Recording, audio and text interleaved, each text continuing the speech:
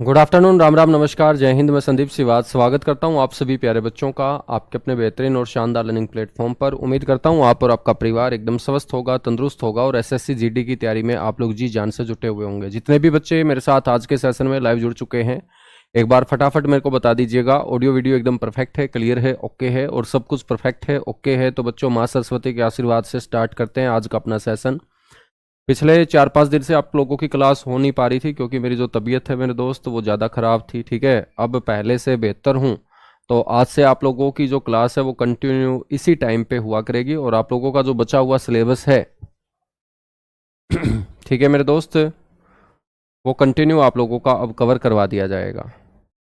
चलेगा। हम पढ़ रहे थे बेटा मिट्टी और जलवायु, और मैंने आप लोगों को बताया था कि 8 प्रकार की मिट्टी भारत के अंदर मुख्य तौर पे पाई जाती है, जिसमें 4 टाइप मैं आप लोगों को कवर करवा चुका था। आज हम 5वां टाइप पढ़ना स्टार्ट करेंगे और 5वां जो टाइप होगा आपकी मिट्टी का वो होगा मरुस्थलीय मिट्टी। नाम से ही पता चल रहा है मरुस्थल, और आप सभी को पता होगा कि भारत का सबसे बड़ा जो मरुस्थल है बच्चों वो कौन सा है? थार मरुस्थल है। मरुस्थल का मतलब ही क्या होता है? मरुस्थल का मतलब होता है एक बंजर भूमि। और बंजर भूमि कहाँ पर होगी बच्चों? जहाँ पर बारिश वगैरह नहीं आती होगी, जो शुष्क क्षेत्र होगा, सूखा क्षेत्र होगा, वहीं पर आप लोगों को इस प्रकार की मिट्टी का विस्तार देखने को मिलेगा। तो डेजर्ट सोयल इसे हम बोलते हैं, मरुस्थलीय मिट्टी इसे हम बोलते हैं। और आपसे पूछा जाएगा कि भारत के अंदर इस मिट्टी का जो विस्तार है ना वो कौन से क्षेत्रों में है, तो आपको बोलना है भारत के पश्चिम दिशा में जो शुष्क क्षेत्र आपको नजर आएगा, जिसमें ज्यादातर एरिया राजस्थान कवर करता नजर आएगा बच्चों, उसी को हम मरुस्थलीय मिट्टी वाला क्षेत्र बोलेंगे। तो जो शुष्क क्षेत्र होता है वहीं पर आप लोगों को इस प्रकार की मिट्टी का जो विस्तार है वो देखने को मिलता है। यहां पर यदि हम एरिया का जिक्र करें तो थार के मरुस्थल का जो विस्तार है दोस्त वो आप लोगों ने पढ़ा भी होगा। जब हमने थार डेजर्ट पढ़ा तो थार डेजर्ट का जो विस्तार है वो कहां से शुरू हो जाता है? गुजरात से शुरू हो जाता है। गुजरात के बाद मेरे दोस्त राजस्थान, राजस्थान में ज्यादा विस्तार है। उसके बाद हरियाणा, और हरियाणा के साथ लगता मेरे दोस्त कौन? पंजाब। तो यहां पर आपको थार के मरुस्थल का विस्तार जब देखने को मिलेगा तो मरुस्थलीय मिट्टी का जो विस्तार क्षेत्र होगा वो भी कौन सा होगा? यही होगा, यानी कि गुजरात से लेके पंजाब तक मेरे दोस्त आपको ये मरुस्थलीय मिट्टी नजर आएगी। जो मरुस्थलीय मिट्टी होती है ना, इस मरुस्थलीय मिट्टी के अंदर हमेशा कौन से अनाजों का उत्पादन होता है? मोटे अनाजों का उत्पादन होता है। ठीक है, मोटे अनाज कौन से होंगे दोस्त? मोटे अनाजों में ज्वार शामिल है, बाजरा शामिल है, सरसों शामिल है।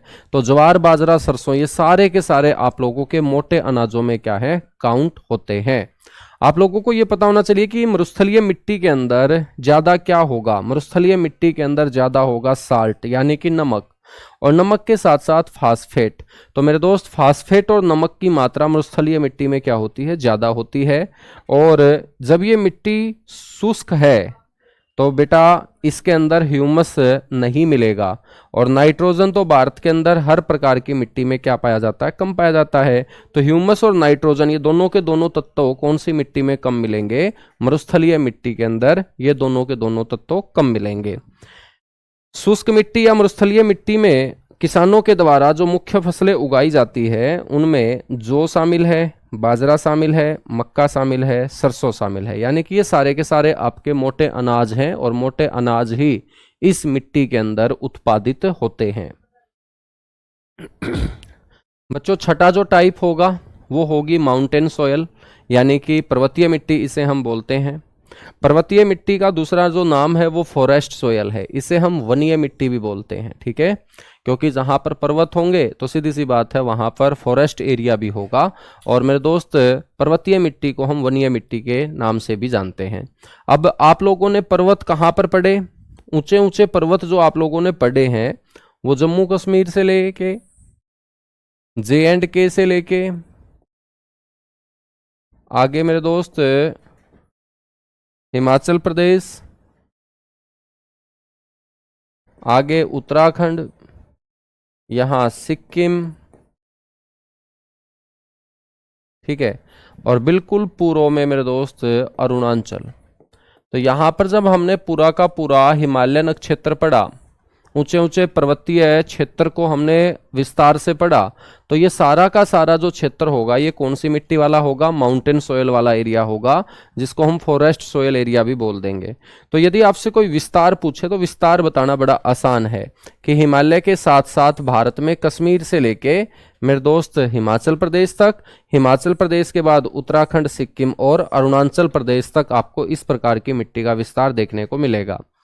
जो आपकी फॉरेस्ट सोयल होती है या माउंटेन सोयल होती है, इस मिट्टी के अंदर कौन से तत्वों की बच्चों कमी पाई जाती है? पोटास की कमी पाई जाती है, फास्फोरस की कमी पाई जाती है, और चूना यानी कि लाइम की कमी पाई जाती है। तो पोटास, फास्फोरस और चूना, इन सारे के सारे एलिमेंट की बच्चों कमी इस मिट्टी के अंदर पाई जाती है।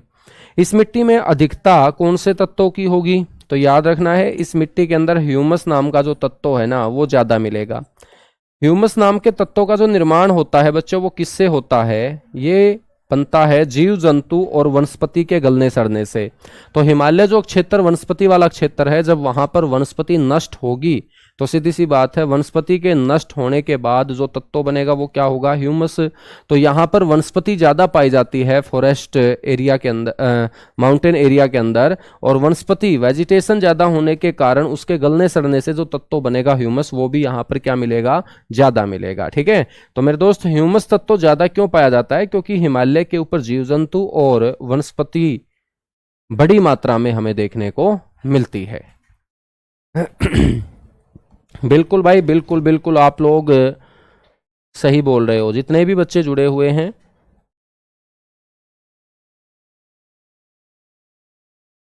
अच्छा, आपको ऐसा लगा कि मैंने आप लोगों को छोड़ दिया? नहीं बेटा, आप लोगों को नौकरी तक तो बिल्कुल नहीं छोड़ने वाले हैं। ठीक है, नौकरी के बाद तुम छोड़ के चले जाओगे हमें, हम आप लोगों को यहीं मिलेंगे RWA पे ही, है ना। बस तबीयत थोड़ी सी ख़राब चल रही थी और फीवर बहुत ख़तरनाक, और आप लोग बच के रहना। हालांकि मैं आप लोगों को बोलता रहता था कि भाई आप लोग बच के रहना, बच के रहना, लेकिन वो असर मेरे ऊपर हो गया, है ना। चलेगा, आगे बढ़े फिर। नोट नहीं किए हैं तो नोट कर लीजिएगा, एक बार फटाफट नोट कर लीजिएगा। हालांकि ये पूरा का पूरा लिखा हुआ बच्चों PPT फॉर्मेट में आप लोगों को क्लास के बाद मिल भी जाता है, लेकिन फिर भी आप एक बार यदि साथ के साथ नोट्स कर रहे हैं, अपने अच्छे अच्छे नोट बना रहे हैं, तो बहुत अच्छी बात है। साथ के साथ नोट करते हुए अपने शानदार नोट्स जो हैं वो आप प्रिपेयर करते रहिएगा।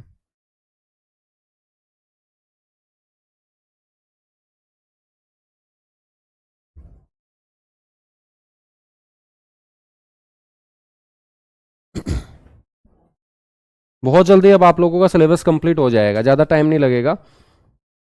चलेगा, आगे बढ़ेंगे मेरे दोस्त। ह्यूमस नाम का तत्व फॉरेस्ट सोयल या माउंटेन सोयल में ज़्यादा पाए जाने के कारण इस मिट्टी के अंदर जो गुण है वो क्या आ जाएंगे? अम्लीयता के गुण आ जाएंगे। यानी कि ये मिट्टी जो है ना, वो अम्लीय प्रकार की मिट्टी होती चली जाएगी, क्योंकि इस मिट्टी के अंदर ह्यूमस नाम का जो तत्व है वो क्या है? ज़्यादा पाया जाता है। इस प्रकार की मिट्टी में कौन कौन सी फसलें आपको ज़्यादा देखने को मिलती है? सेब, आपको पता होगा सेब सबसे ज़्यादा हिमाचल प्रदेश, उत्तराखंड, जम्मू कश्मीर, ये पूरा का पूरा इलाका आपका सेब वाला इलाका है। और जो मैंने आप लोगों को राज्यों के नाम बताए, यहाँ पर पर्वत ही पर्वत आपको नजर आएंगे बच्चों। नाशपाती, चाय, तो चाय भी आपका पहाड़ी एरिया में उगाई जाने वाली फसल है। तो बच्चों सेब, नाशपाती, चाय, ये सारी की सारी जो है ना, ये पर्वतीय मिट्टी में उगाई जाने वाली आपकी क्या है? फसलें हैं। पर्वतीय मिट्टी जो होती है ना, ये पूर्णतः विकसित मिट्टी नहीं मानी जाती है, बल्कि ये मिट्टी मेरे दोस्त अभी निर्माणाधीन अवस्था में है। तो ये आपको ध्यान रखना है। क्वेश्चन ऐसे पूछा जाएगा कि ऐसी कौन सी मिट्टी है जो पूर्णतः विकसित नहीं हुई है, तो आप लोगों का उत्तर होना चाहिए कि वो मिट्टी फॉरेस्ट सोयल है, माउंटेन सोयल है। ठीक है ना, याद रखोगे। चलिएगा बच्चों, अब हम बात करेंगे जो 7वां टाइप है वो है पीट और दलदली मिट्टी। स्वैम्प एंड मर्सी सोयल इसे बोलते हैं, पीट और दलदली मिट्टी। बच्चों पीट मिट्टी का जो निर्माण होता है ना वो कहाँ होगा, जहां पर जल जमा हो जाएगा। और जल कहाँ जमा होगा, जो क्षेत्र आसपास के क्षेत्र से क्या होगा, नीचा होगा। और नीचा क्षेत्र कहाँ मिलता है, समुद्र के साथ लगता क्षेत्र। और समुद्र के साथ लगते क्षेत्र को हम क्या बोलते हैं, कोस्टल एरिया बोलते हैं, तटीय क्षेत्र बोलते हैं। और तटीय क्षेत्र में ही आप लोगों को बच्चों इस पीट मिट्टी का विस्तार देखने को मिलेगा।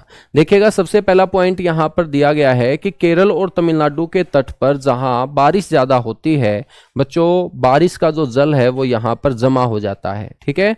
और ऐसे क्षेत्रों में जल के जमा हो जाने के कारण जिस मिट्टी का निर्माण होता है दोस्त, उस मिट्टी को हम क्या बोलते हैं, पीट मिट्टी बोलते हैं। क्या बोलते हैं, पीट मिट्टी, ठीक है। तो केरल और तमिलनाडु के तट पर जब बारिश ज्यादा होती है तो उन क्षेत्रों के अंदर बारिश का जो जल है ना वो जमा हो जाएगा। और बारिश का जल जमा जब हो जाएगा तो बच्चों उस जल के जमा हो जाने के कारण वहां कौन सी मिट्टी का निर्माण हो जाएगा, पीट मिट्टी का निर्माण हो जाएगा, ठीक है। पीट मिट्टी का जो निर्माण होता है ना वो मुख्य रूप से गिल्ली मिट्टी में वनस्पतियों के सड़ने से होता है। जब गिल्ली मिट्टी के अंदर वनस्पतियां मेरे दोस्त गलती रहेंगी, सड़ती रहेंगी ना, तो फिर पीट मिट्टी का निर्माण होता चला जाएगा। और जब वनस्पतियां गलेंगी, सड़ेंगी, तो बच्चों फिर वहां कौन सा तत्व आपको ज्यादा नजर आएगा, ह्यूमस तत्व। तो ह्यूमस तत्व का निर्माण ही वनस्पति और जीव जंतुओं के गलने सड़ने से हुआ है। जब गिल्ली मिट्टी में वनस्पतियां यहां पर सड़ेंगी, गलेंगी और पीट मिट्टी का निर्माण करेंगी, तो पीट मिट्टी में कौन सा तत्व आपको ज्यादा नजर आएगा, ह्यूमस तत्व यहां आपको ज्यादा नजर आएगा, ठीक है। दलदली जो मिट्टी होती है ये पीट मिट्टी से ज्यादा गिल्ली होती है। दलदली मिट्टी बच्चों आप लोगों को सुंदरवन के क्षेत्र में और उड़ीसा तट पर देखने को मिलेगी। कहने का मतलब है कि दलदली जो क्षेत्र होता है वो आपका डेल्टाई क्षेत्र होता है।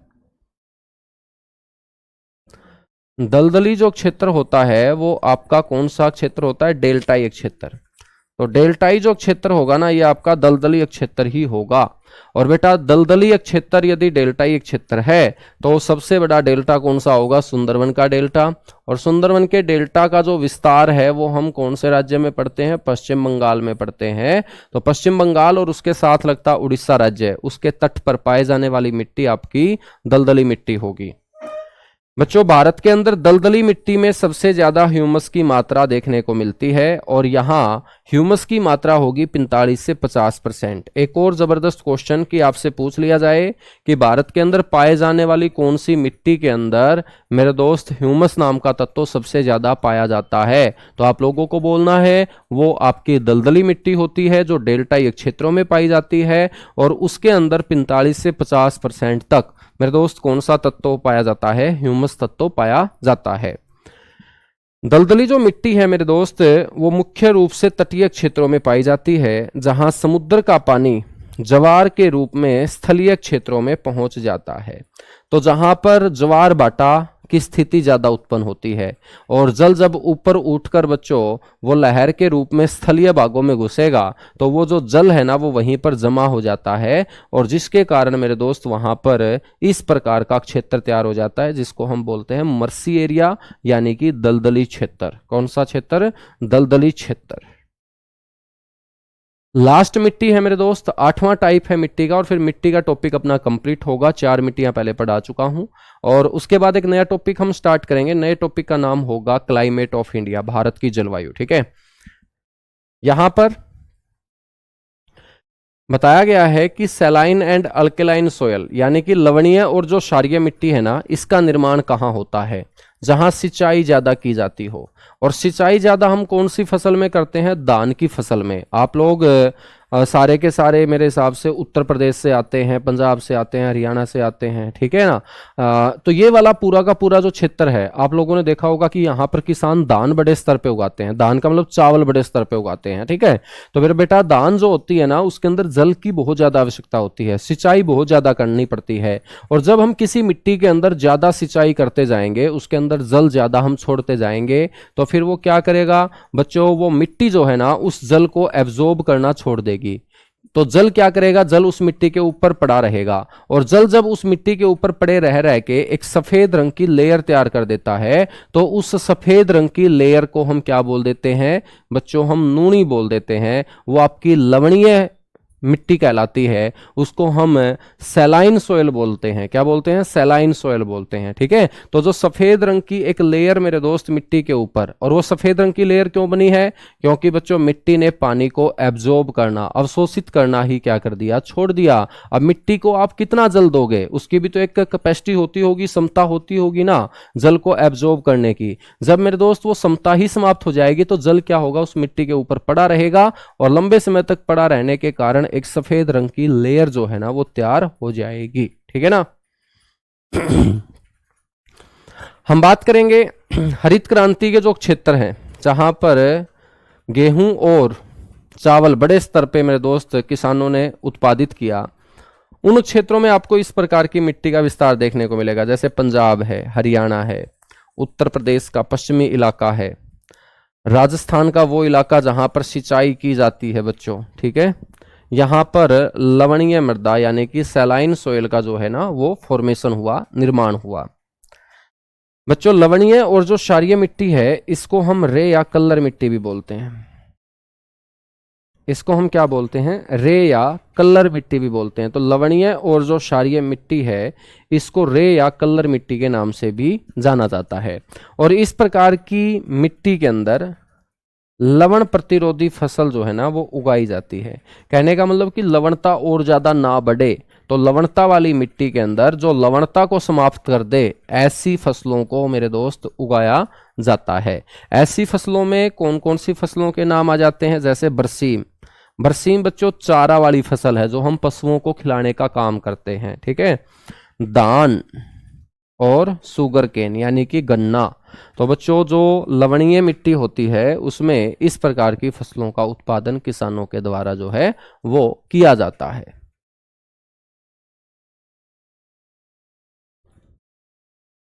यहां तक बातें क्लियर हुई।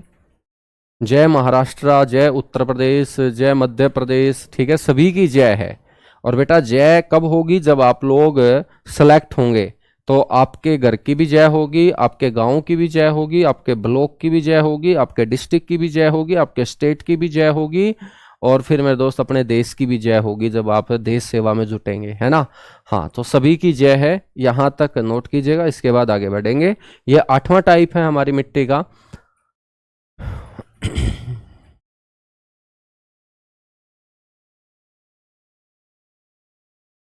जय बिहार भाई, बिल्कुल बिहार वालों की तो और ज्यादा जय है।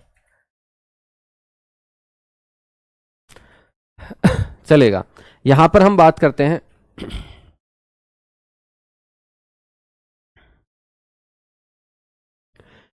बच्चों, आपसे कोई क्वेश्चन पूछ लेना कि पूरी दुनिया में पाए जाने वाली जो मिट्टियां हैं उनको कितनी कैटेगरी में डिवाइड किया गया है। तो विश्व में पाए जाने वाली मिट्टियों को 11 कैटेगरी के अंदर 11 वर्गों में बांटा गया है। बच्चों पृथ्वी के ऊपर जितने भी टाइप की मिट्टियां पाई जाती हैं, ठीक है ना, तो उसका अलग अलग एक एक टाइप तो हम नहीं पढ़ सकते, लेकिन विश्व भर में पाए जाने वाली मिट्टियों के लिए अलग अलग कैटेगरी बना दी गई। मेरे दोस्त उन कैटेगरियों की यदि संख्या का आपसे कोई जिक्र कर ले तो आपको बोलना है 11। क्या बोलना है, 11, कि विश्व भर के अंदर जो मिट्टियां पाई जाती हैं उनको हम 11 वर्गों के अंदर क्या है, बांटते हैं। ठीक है बच्चों, अपने हरियाणा, पंजाब, राजस्थान, उत्तर प्रदेश, पश्चिम बंगाल, बिहार, ठीक है, ओवरऑल हम अपने पूरे भारत के अंदर सभी राज्यों में जो मिट्टियां पाई जाती हैं वो मिट्टियों के कौन कौन से टाइप हैं जो विश्व भर की इन 11 कैटेगरियों के अंदर उनको शामिल किया गया। इसमें एक है इंसेप्टिसोल। तो पहला जो मिट्टी का टाइप है जो भारत में पाया जाता है, इंसेप्टिसोल। ठीक है, तो आपसे क्वेश्चन पूछेगा कि ये इंसेप्टिसोल जो है, ये इंसेप्टिसोल जो है इसमें हम कौन से क्षेत्र की मिट्टी को शामिल करते हैं दोस्त। तो सिर्फ याद रखना है इंसेप्टिसोल के अंदर गंगा और ब्रह्मपुत्र नदी घाटी की मिट्टियों को शामिल किया जाता है। यानी कि जिस जिस क्षेत्र में गंगा नदी और ब्रह्मपुत्र नदी बहती है उन क्षेत्रों में पाए जाने वाली मिट्टी को मेरे दोस्त इंसेप्टिसोल के नाम से हम पुकारते हैं। और दुनिया की जो 11 कैटेगरी हैं उन 11 कैटेगरी में एक कैटेगरी इंसेप्टिसोल है। और इंसेप्टिसोल के अंदर बेटा गंगा और ब्रह्मपुत्र नदी घाटी की मिट्टी को क्या किया गया है, शामिल किया गया है। ठीक है। उसके बाद है वर्टिसोल। सिर्फ 2 पॉइंट याद रखने हैं, नाम याद रखना है। इंसेप्टिसोल में गंगा और ब्रह्मपुत्र, वर्टिसोल में बेटा काली मिट्टी, ब्लैक सोयल। और ब्लैक सोयल मैंने आपको बताया कहां पाई जाती है, दक्कन के पठार पे। ठीक है, यानी कि गुजरात, महाराष्ट्र, मध्य प्रदेश। ठीक है, तो ये आपका वर्टिसोल एरिया होगा जहां काली मिट्टी का विस्तार पाया जाता है। एक है एरिडी सोयल। एरिड जोन का मतलब होता है सूखा क्षेत्र। तो एरिडिसोल क्या होगा, एरिडिसोल होगा बच्चों एक ऐसा क्षेत्र जहां वर्षा कम होती है, यानी कि मरुस्थलीय जो क्षेत्र होगा, या राजस्थान की मिट्टी हम बोल सकते हैं क्योंकि राजस्थान में बारिश मेरे दोस्त कम होती है। हालांकि पूरा का पूरा राजस्थान तो सूखा नहीं रहता, लेकिन राजस्थान का एक बड़ा एरिया मेरे दोस्त बारिश से वंचित रह जाता है, सूखा रह जाता है। वहां पर आपको एरिडिसोल देखने को मिलेगी, यानी कि मरुस्थलीय मिट्टी। तो एक ऐसा क्षेत्र जहां पर मरुस्थलीय मिट्टी बेटा देखने को मिले उसको हम एरिडिसोल एरिया बोल देंगे। ठीक है, यहां पर याद रखना है आपको हिस्टोसोल, एक और कैटेगरी यहां पर हिस्टोसोल। हिस्टोसोल के अंदर कौन सी मिट्टी आएगी, जो हमने पीट और दलदली मिट्टी पढ़ी, यानी कि केरल और तमिलनाडु का जो समुद्र तटीय इलाका है, केरल और तमिलनाडु का जो कोस्टल एरिया है जहां पर जल का बच्चों जमाव हो जाता है और जल के जमाव के कारण यहाँ दलदली और पीट मिट्टी बन जाती है, ऐसे क्षेत्र को हम हिस्टोसोल इंटरनेशनल लेवल पर बोलते हैं। क्या बोलते हैं, इंटरनेशनल लेवल पर इसे हिस्टोसोल कहा जाता है। नेक्स्ट है बेटा ऑक्सीसोल। ऑक्सीसोल के अंतर्गत लैटेराइट मिट्टी को शामिल किया जाता है। और ये लैटेराइट मिट्टी कौन से स्टेट, केरला स्टेट। तो केरला स्टेट की ये लैटेराइट मिट्टी को हम ऑक्सीसोल कैटेगरी के अंदर क्या करेंगे, काउंट करेंगे। कुछ आप लोगों को मैं प्रीवियस ईयर क्वेश्चन यहां डिस्कस करवा रहा हूं जो आपके एग्जाम में पहले पूछे गए हैं। आपके एग्जाम में क्वेश्चन पूछा गया कि सेंट्रल सोयल कंजर्वेशन बोर्ड जो है इसका गठन कब हुआ था। इसको हिंदी में बोलते हैं केंद्रीय मृदा संरक्षण बोर्ड। मृदा संरक्षण का मतलब है मिट्टी को बचाए रखना, मिट्टी की रक्षा करना। ठीक है, हमारे देश की जो मिट्टी है मेरे दोस्त उसमें जो तत्व कम पाए जाते हैं उन तत्वों की पूर्ति करना। ठीक है, तो इसके लिए एक बोर्ड बनाया गया जिसको बोलते हैं सेंट्रल सोयल कंजर्वेशन बोर्ड। और आपसे पूछा गया कि बताइएगा इसका जो गठन है, इसकी जो स्टैब्लिशमेंट है वो कब हुई। तो मेरे दोस्त आपको बोलना है 1953, 1953 के अंदर। ठीक है, 1953 के अंदर।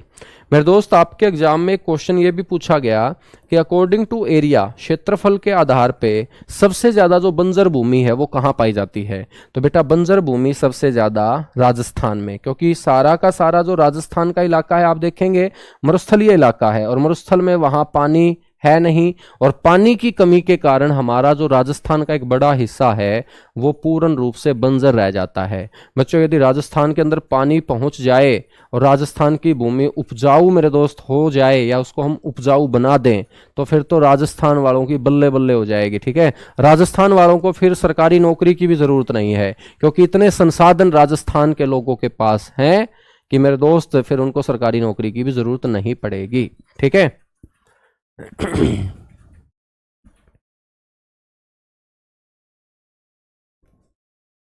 बहुत बढ़िया भाई, चलेगा। हम बात कर लेते हैं कि अकॉर्डिंग टू एरिया, यदि हम बच्चों जमीन को देखते हैं तो सबसे बड़ी बंजर जमीन राजस्थान के पास है। लेकिन यदि हम परसेंटेज का जिक्र करें कि भाई कुल क्षेत्रफल की प्रतिशतता के आधार पे बताओ, परसेंटेज के आधार पे बताओ, तो परसेंटेज के आधार पे याद रखना है मेरे दोस्त सबसे ज्यादा बंजर भूमि परसेंटेज कौन से राज्य का है, जम्मू कश्मीर का। क्योंकि जम्मू कश्मीर भी आपका एक पहाड़ी क्षेत्र है, पर्वतीय क्षेत्र है। वहां पर मेरे दोस्त खेती बाड़ी बड़े स्तर पे नहीं हो पाती है। तो जितना भी एरिया है उस एरिया का ज्यादातर यदि भाग मैं देखूं तो बेटा परसेंटेज ज्यादा कहाँ निकलेगी, जहां एरिया कम होगा और उस कम एरिया में बंजर भूमि ज्यादा होगी, तो बंजर भूमि का परसेंटेज क्या होगा, ज्यादा।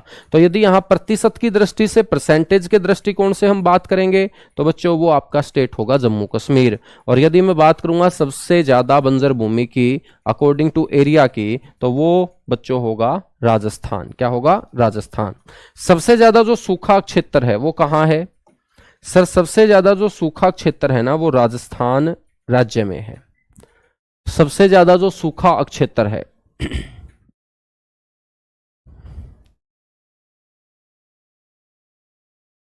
सर आप कहां से हो बेटा, मैं युगांडा से हूं। कहां से लगता हूं मैं तुम्हें? तो यहां पर क्वेश्चन पढ़िएगा एक बार, मेरी छोड़ दीजिएगा मैं कहां से हूं, मैं आरडब्ल्यूए से हूं। बस यहां पे ये ध्यान रखिएगा कि सर्वाधिक जो सूखा क्षेत्र है, जहां बारिश कम होगी, जहां पर आप लोगों को मरुस्थलीय मिट्टी ज्यादा नजर आएगी, ठीक है ना, ये आपको ध्यान रखना है, वो राज्य आपका राजस्थान होगा। ठीक है, राजस्थान होगा। 5-7 और अच्छे अच्छे क्वेश्चन हैं। आपसे क्वेश्चन पूछा जाएगा कि सबसे ज्यादा सेलाइन सोयल यानी कि लवणीय जो मिट्टी है ना वो कौन से राज्य में मेरे दोस्त देखने को मिलती है। तो सबसे ज्यादा लवणीय मिट्टी वाला जो क्षेत्र होगा वो कच्छ जिला होगा। और राज्य पूछ ले तो कच्छ जिला कौन से राज्य का हिस्सा है, गुजरात राज्य का हिस्सा है। सर्वाधिक लवणीय मृदा बच्चों आपको याद रखना है, कच्छ जिला, गुजरात राज्य। ठीक है, आपसे पूछ ले अल्केलाइन सोयल, सबसे बड़ा जो अल्केलाइन सोयल एरिया है, सबसे बड़ा जो क्षारीय मृदा वाला क्षेत्र है मेरे दोस्त वो कौन सा होगा, वो होगा उत्तर प्रदेश। कौन सा होगा दोस्त, उत्तर प्रदेश। तो याद रखिएगा सर्वाधिक क्षारीय मृदा क्षेत्र कौन से राज्य में है, उत्तर प्रदेश में है। ठीक है, तो बड़ा अल्केलाइन सोयल एरिया जो होगा वो उत्तर प्रदेश में होगा। ठीक है, हाँ, एक पॉइंट आपको ये याद रखना है, ये पॉइंट आप छोड़ दीजिएगा।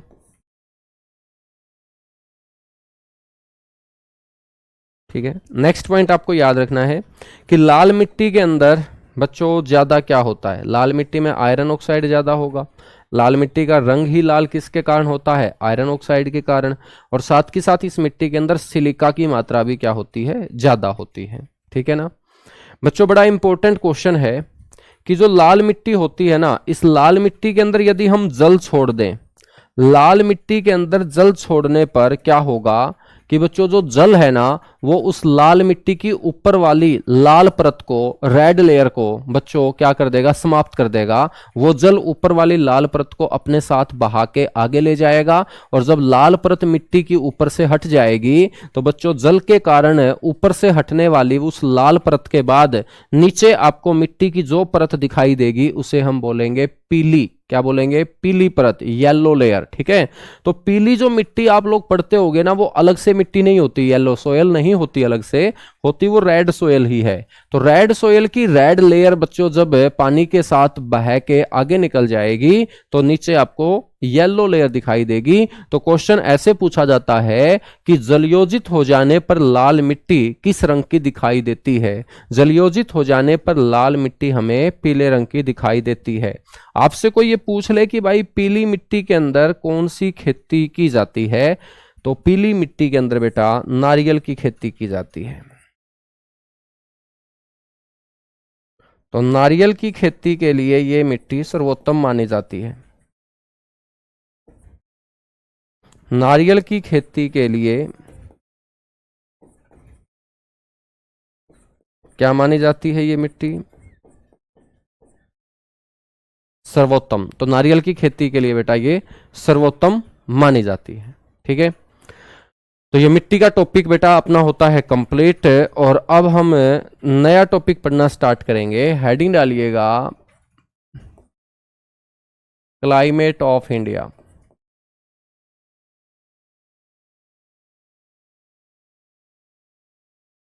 यानी कि मेरे दोस्त भारत की जलवायु।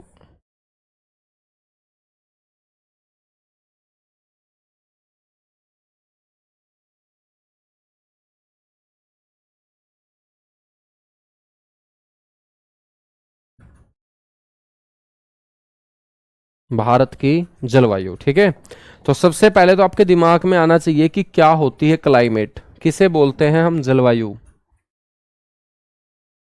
कई बच्चे जो होशियार बच्चे होते हैं, इंटेलिजेंट होते हैं, वो इसकी परिभाषा इस तरीके से देते हैं कि जब भी सर जल में वायु को मिला देंगे तो उसको हम बोल देते हैं जलवायु। यानी कि जल में वायु को मिला देंगे तो क्या बन जाएगी, जलवायु। ऐसा होता है क्या? तो बेटा ऐसा बिल्कुल नहीं होता। ठीक है, तो क्या होती है सर जलवायु? तो आपको ध्यान रखना है, किसी भी स्थान पर, किसी भी स्थान पर लंबे समय तक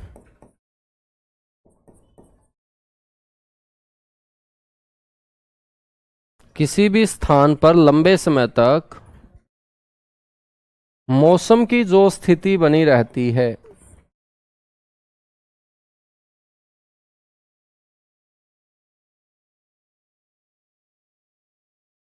मौसम की जो स्थिति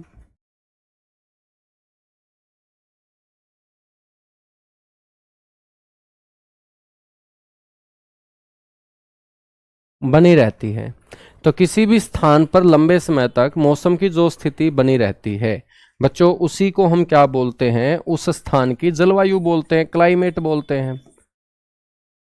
अब मैंने जलवायु की डेफिनेशन में एक शब्द यूज किया है, लंबे समय तक, लंबे समय तक। ठीक है ना, तो बेटा जलवायु जो होती है ना वो बार बार नहीं बदलती।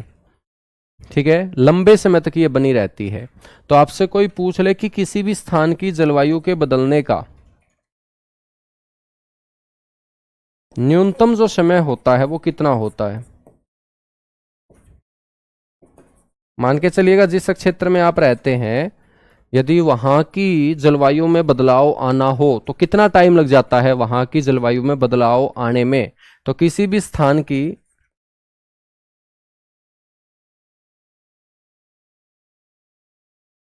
जलवायु के बदलने का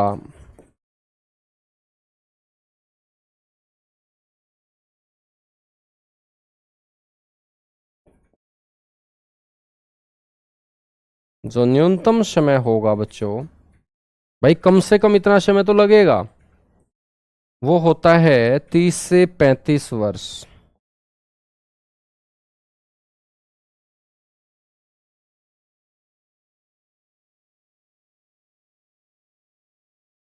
30 से 35 वर्ष, ठीक है ना। 30 से 35 साल लग जाते हैं किसी भी स्थान की जलवायु के बदलने को लेकर। तो ये बड़ा इंपॉर्टेंट क्वेश्चन यहां पर बनेगा। अब आपके दिमाग में आएगा कि सर लंबे समय तक जब जलवायु होती है तो फिर थोड़े से समय के लिए क्या होगा, उसको बोलते हैं वेदर। वेदर यानी कि मौसम। और मैं आपसे पूछ लूं क्या होता है मौसम, तो कई बच्चे बोलेंगे कि सर मौसम तो मौसम होता है। बेटा मौसम मौसम तो होता है, लेकिन इसकी भी एक डेफिनेशन होती है। और इसकी डेफिनेशन क्या होगी कि कोई भी जो स्थान आप देखते होंगे,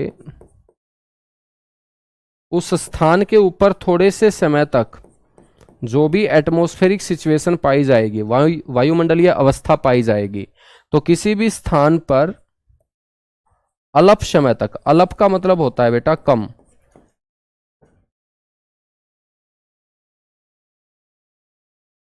अल्प समय या कम समय तक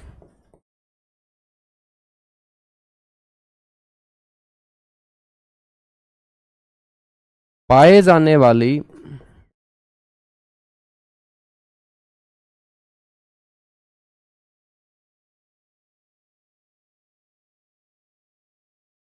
वायुमंडलीय अवस्था, एटमॉस्फेरिक सिचुएशन, ठीक है बच्चों, वो क्या कहलाती है, मौसम कहलाती है। अब मौसम में हमने यहां पर यूज किया है शब्द कम समय तक। आपने ये देखा होगा ना कि जो न्यूज पढ़ने वाले न्यूज एंकर हैं, टीवी के ऊपर बैठे रहते हैं सारा दिन बच्चों, वो पल पल में आप लोगों को मौसम की जानकारी देते रहते हैं। अब पल पल वो मौसम की जानकारी इसलिए देते होंगे ना, क्योंकि मौसम पल पल बदलता रहता होगा। मौसम का कोई टाइम नहीं होता बच्चों, वो हो सकता है 1 मिनट में बदल जाए, हो सकता है 1 घंटे में बदल जाए, हो सकता है 2 घंटे में बदल जाए। तो दिन में पता नहीं कितनी बार बदलता है कौन, मौसम। और बच्चों जलवायु जो है ना, वो ज्यादा बार नहीं बदलेगी, बल्कि उसको बदलने के लिए कम से कम 30 से 35 साल चाहिएगा। तो लंबे समय तक जो होगा वो जलवायु, और कम समय तक जो होगा वो मौसम। और आप लोगों ने ये भी देखा होगा कि बेटा जलवायु के ऊपर गाने नहीं बनते हैं ना। आप लोग बॉलीवुड गाने सुनते होंगे, बॉलीवुड सॉन्ग सुनते होंगे, तो वहां पर मौसम के ऊपर ही गाने बनते हैं, ठीक है, कि भाई यार बदल ना जाना मौसम की तरह। तो सीधी सी बात है, आजकल इंसान जो है ना वो मौसम से भी खतरनाक हो रखा है, ठीक है ना। हाँ, और तुम्हें ये लगता है कि आदमी कैसे बदलता है, हम देखना चाहते हैं, तो 5-10 हज़ार रुपए उधारे दे के देख लो एक बार तुम, ठीक है। उसके बाद देखना बच्चों कि मौसम को भी माफ कर देगा कौन, आज का इंसान, ठीक है। उसके बाद क्या मौसम आया है, ठीक है। तो अच्छे अच्छे जो आप लोग बॉलीवुड में सॉन्ग सुनते हैं वो मौसम के ऊपर है, ना कि जलवायु के ऊपर, क्योंकि मौसम जो है ना वो पल पल बदलता है। इंसान के जैसा मेरे दोस्त फितरत रखता है मौसम। सही बात बोल रहा हूं मैं, एग्री करते हो तुम?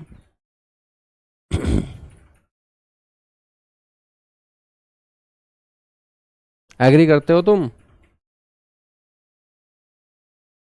हाँ, चलेगा। बच्चों हम बात करेंगे भारत में सबसे पहले जो मौसम संबंधी जानकारी मिलना स्टार्ट हुई, वो कब मिलना स्टार्ट हुई। एक क्वेश्चन आपसे यह भी पूछा जाता है कि भारत में सबसे पहले मौसम संबंधी सेवाएं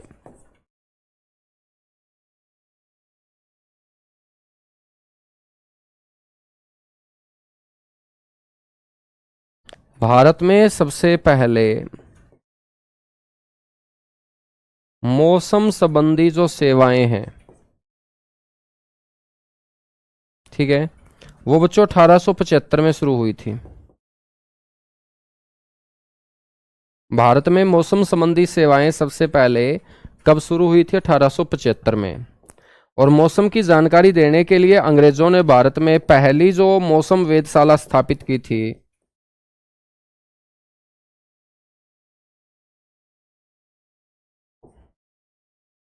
जहां से हमें मौसम की जानकारी मिलती है दोस्त, उसको हम वेधशाला बोलते हैं।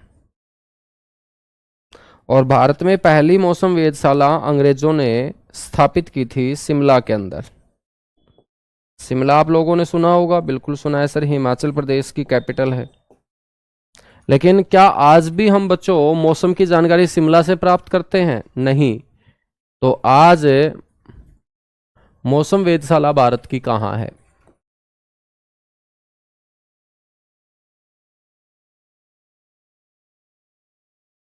तो ये याद रखिएगा, वर्तमान में मौसम वेधशाला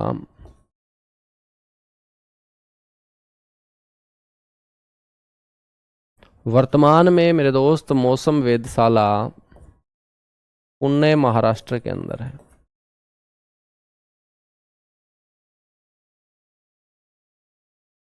पुणे महाराष्ट्र। आपसे कोई पूछ ले कि हमारा जो मौसम विज्ञान केंद्र है वो कहाँ है, वेदर साइंस सेंटर कहाँ है, वेदर साइंस सेंटर मौसम विज्ञान केंद्र, तो मेरे दोस्त जहाँ पर मौसम के ऊपर रिसर्च की जाती है कि आगे मौसम में कैसे कैसे बदलाव देखने को मिलेंगे, मौसम विज्ञान केंद्र देश की राजधानी नई दिल्ली में है। कहाँ है मेरे भाई? नई दिल्ली के अंदर है, ठीक है।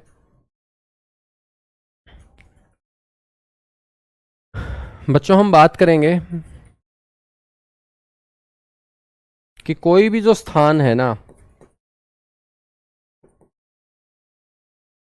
और उस स्थान की यदि हम जलवायु को पढ़ें, तो उस जलवायु को बहुत सारे फैक्टर, बहुत सारे कारक जो हैं वो प्रभावित करते हैं। तो किसी भी स्थान की जलवायु को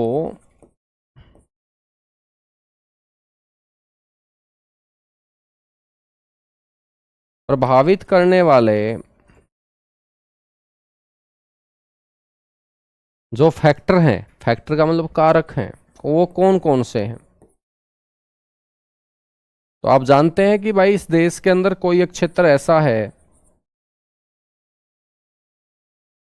कि बहुत ठंडा है, तो ठंडे क्षेत्र की जलवायु ठंडी होगी।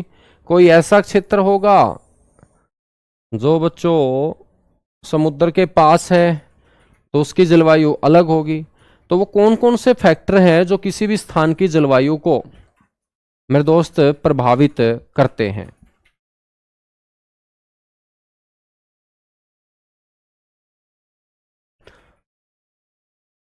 ठीक है बच्चों, हम बात करेंगे वो कौन कौन से फैक्टर होंगे।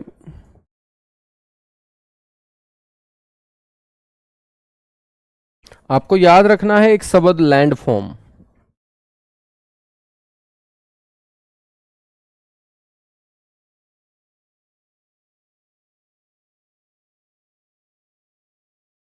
यह शब्द आपको याद रखना है लैंडफॉर्म, ठीक है बच्चों। यदि आप लैंडफॉर्म याद रखेंगे तो एल से बनेगा लैटिट्यूड, और लैटिट्यूड को हम बोलते हैं अक्षांश, ठीक है। ए से बनेगा बच्चों, ए से एटीट्यूड नहीं एल्टीट्यूड, एटीट्यूड नहीं बेटा एल्टीट्यूड, ठीक है। और इसको हम बोलेंगे ऊंचाई। एन से बनेगा नियरनेस फ्रॉम सी,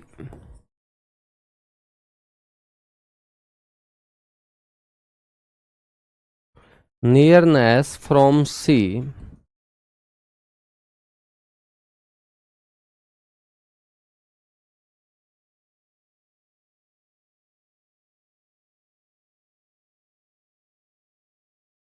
हम बोलेंगे समुद्र से निकटता।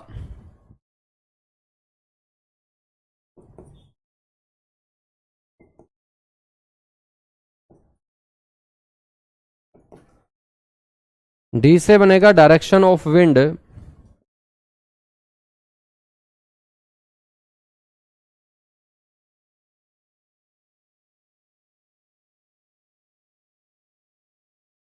यानी कि पवनों की दिशा।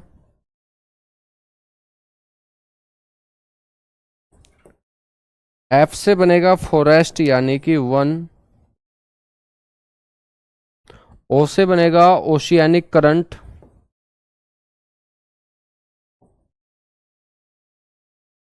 यानी कि समुद्री जलधाराएं या महासागरीय जलधाराएं।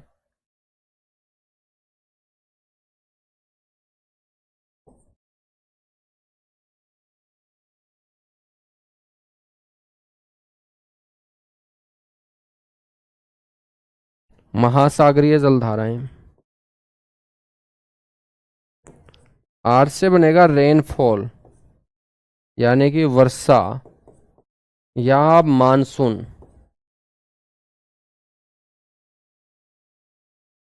ठीक है। और एम से बनेगा मेरे दोस्त माउंटेन यानी पर्वत। तो ये वो सारे के सारे फैक्टर मैंने आपको बता दिए जो किसी भी स्थान की जलवायु को क्या करते हैं, प्रभावित करते हैं, ठीक है ना।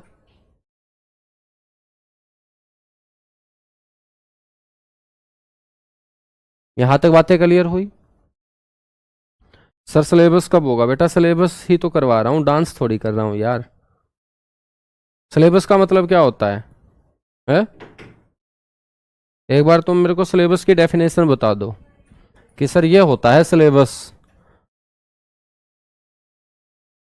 कितने ऐसे बच्चे हैं जो सिलेबस की डेफिनेशन जानते हैं कि सर इसे बोलते हैं सिलेबस? बताओ। या तुमने सिर्फ एक सिलेबस शब्द सीख लिया है और उसको बोलते रहते हो सारा दिन?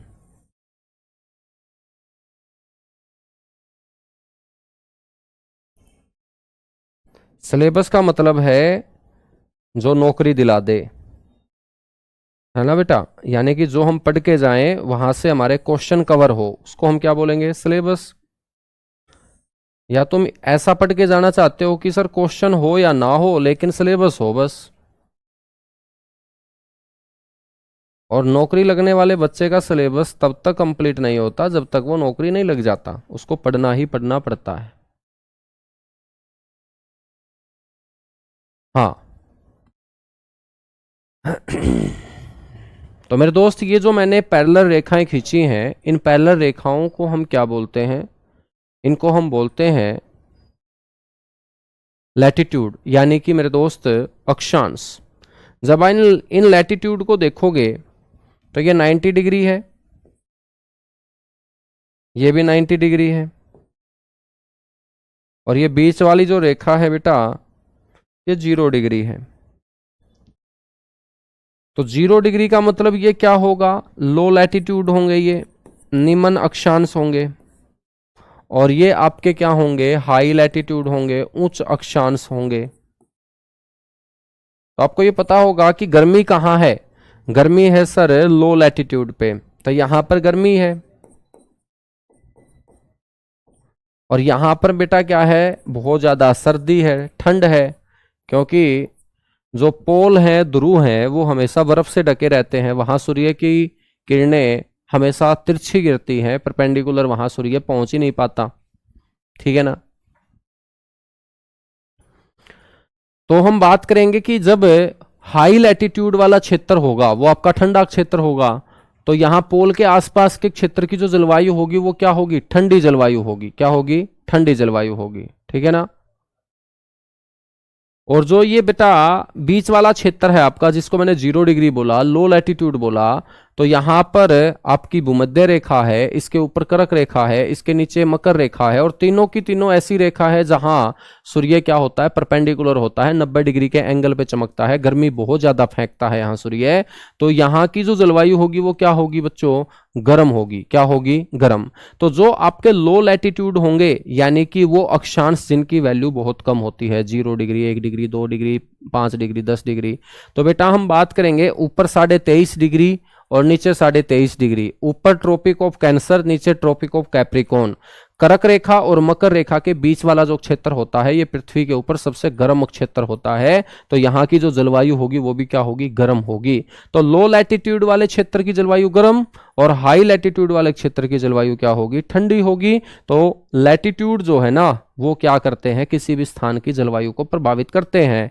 ये डिपेंड करेगा कि आप कौन से लैटिट्यूड क्षेत्र में आते हैं। आपका जो देश है, आपका जो राज्य है, आपका जो जिला है, आपका जो गांव है, आपका जो घर है, वो किन लैटिट्यूड्स के बीच है पृथ्वी के ऊपर, ये डिपेंड करेगा बच्चों आपकी साथ की साथ जलवायु को, ठीक है। कि लो लैटिट्यूड में आप हैं तो जलवायु आपकी गर्म है, हाई लैटिट्यूड में है तो जलवायु आपकी क्या होगी? ठंडी होगी।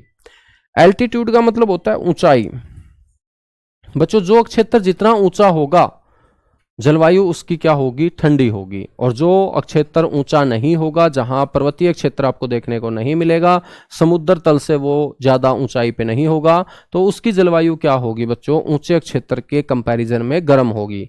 जैसे आप लोग शिमला को ठंडा बोलते हो, क्यों बोलते हो? क्योंकि शिमला जो है ना वो ऊंचाई के ऊपर बसा हुआ है, ठीक है बच्चों। राजस्थान जो है वो हम क्या बोलते हैं? गर्म बोलते हैं। क्यों बोलते हैं? क्योंकि वो शिमला इतना ऊंचा नहीं है, वहां पर ऊंचे ऊंचे पर्वत आपको देखने को नहीं मिलते हैं। तो कोई भी क्षेत्र जो ऊंचाई पर स्थित होगा, तो ऊंचाई उस क्षेत्र की जलवायु को क्या करेगी? प्रभावित करेगी, ठीक है।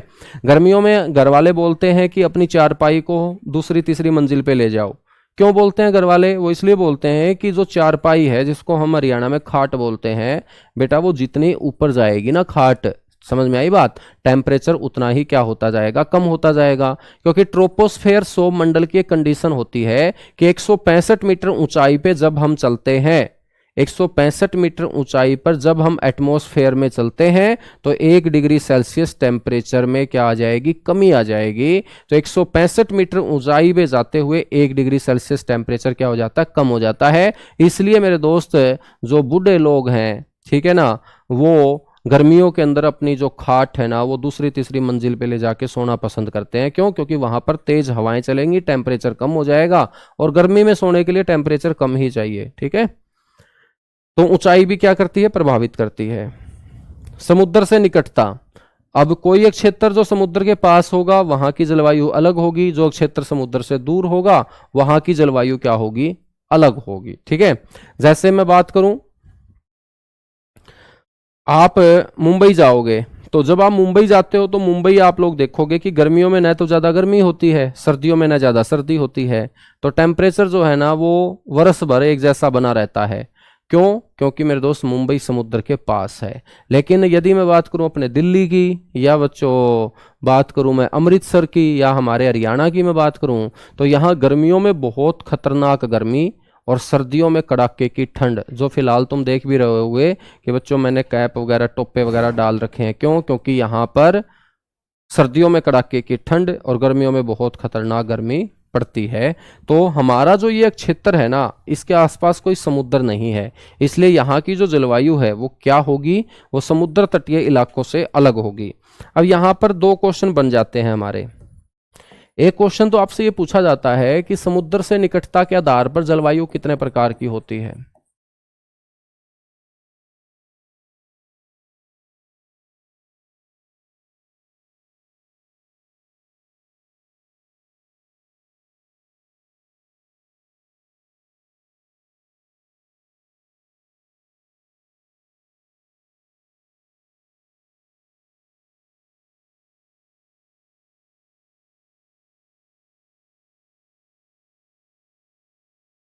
समुद्र से निकटता के आधार पर जो जलवायु है मेरे दोस्त,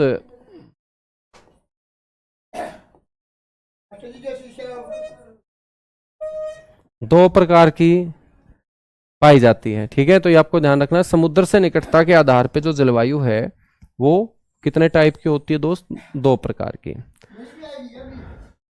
हम बात करेंगे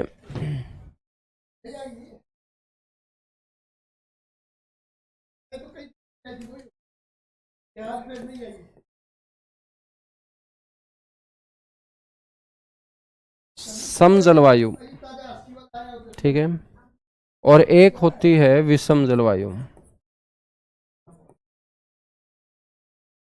एक है सम जलवायु और एक है दोस्त विषम जलवायु। विषम जलवायु को हम इंग्लिश में बोलेंगे हिट्रोजीनियस क्लाइमेट।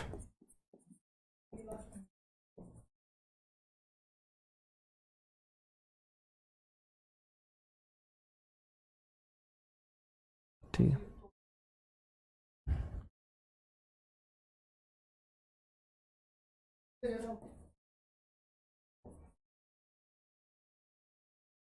ये है होमोजीनियस क्लाइमेट।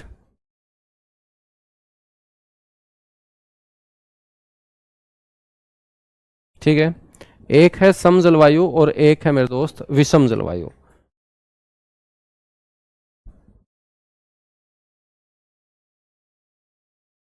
सर बिहार कब आओगे? बेटा तेरी शादी में आऊंगा मैं, ठीक है, तो करवा तू एक बार।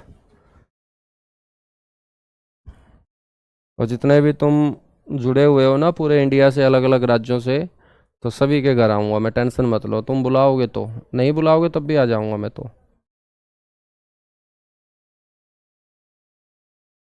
बेटा होमोजीनियस क्लाइमेट क्या होती है, ये एक ऐसी जलवायु होगी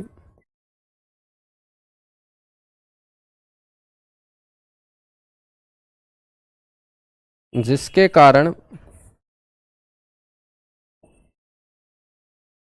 गर्मियों में न तो अधिक गर्मी हो,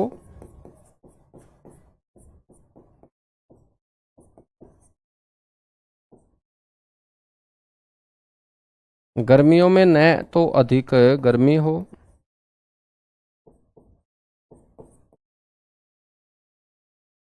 और सर्दियों में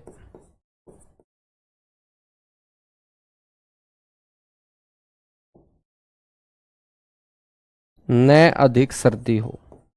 यानी कि बच्चों वर्ष भर जहां एक जैसा टेम्परेचर बना रहता है, और ये कौन सा क्षेत्र होगा, जो समुद्र के साथ लगता क्षेत्र होगा। तो समुद्र से निकट वर्ती क्षेत्रों में, तो समुद्र से निकटवर्ती क्षेत्रों में बच्चों जो जलवायु आपको देखने को मिलती है उसको हम सम जलवायु बोलते हैं। यानी कि हम उदाहरण भी लेके चलें कि भाई ऐसे कौन से क्षेत्र है जहां पर गर्मियों में न ज़्यादा गर्मी होती है, सर्दियों में न ज़्यादा सर्दी होती है। तो जैसे महाराष्ट्र की जलवायु, और महाराष्ट्र राज्य से भी ना समझो बेटा तुम तो मुंबई।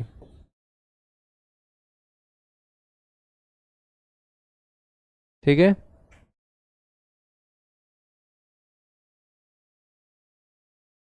ठीक है भाई। अभी बताऊंगा कैसे क्वेश्चन बनेंगे। क्वेश्चन ऐसे बनेंगे कि भाई सम जलवायु कौन से क्षेत्रों में पाई जाती है, तो आप बोलोगे समुद्र तटीय क्षेत्रों में या कोस्टल एरिया में। ठीक है, तो आपसे पूछ लेगा कि महाराष्ट्र की जलवायु किस प्रकार की जलवायु है, तो आप बोलेंगे सम जलवायु है।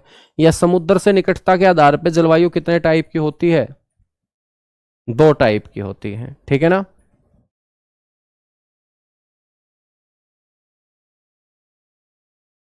ठीक है, अब विषम जलवायु कौन सी होगी बेटा, विषम जलवायु होगी एक ऐसी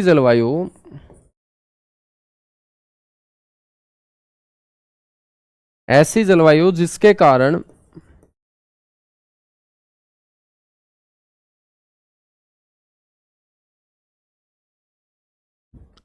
गर्मियों में अधिक गर्मी,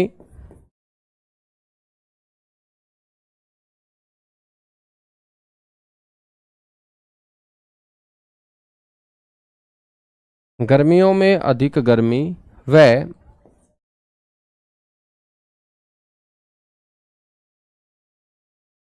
सर्दियों में अधिक सर्दी हो। ठीक है, तो ऐसी जलवायु जिसके कारण गर्मियों में अधिक गर्मी और सर्दियों में अधिक क्या हो, सर्दी हो।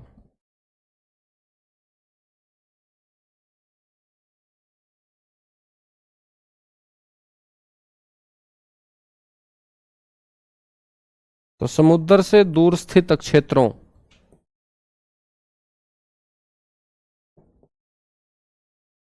में पाए जाने वाली जलवायु,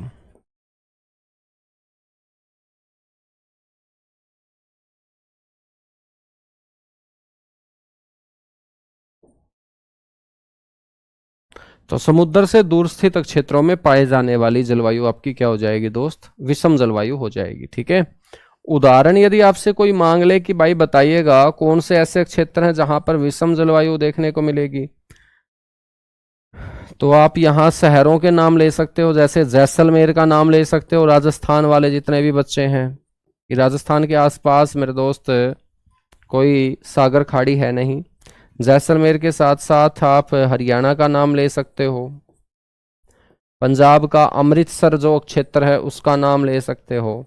तो जो भी समुद्र से दूर होगा उत्तर भारत का बच्चों, वो क्षेत्र आपको विषम जलवायु वाला क्षेत्र होगा, क्योंकि समुद्र से निकटता के आधार पर जलवायु कितने टाइप की होती है, 2 टाइप की होती है। ठीक है, तो मेरे दोस्त आज के लिए इतना सा ही। बाकी जलवायु के टॉपिक को कल कंप्लीट करेंगे और जलवायु को पढ़ने के बाद अगला टॉपिक हम शुरू करेंगे। ठीक है, ज़्यादा समय अब हम लगाएंगे नहीं और लगातार आपकी क्लास हो जाएगी। और बच्चों जो आपके एसएससी जीडी के अंदर 2 से 3 क्वेश्चन ज्योग्राफी से आने हैं वही हम इंपॉर्टेंट टॉपिक पढ़ेंगे। ठीक है, चलेगा। Thank you.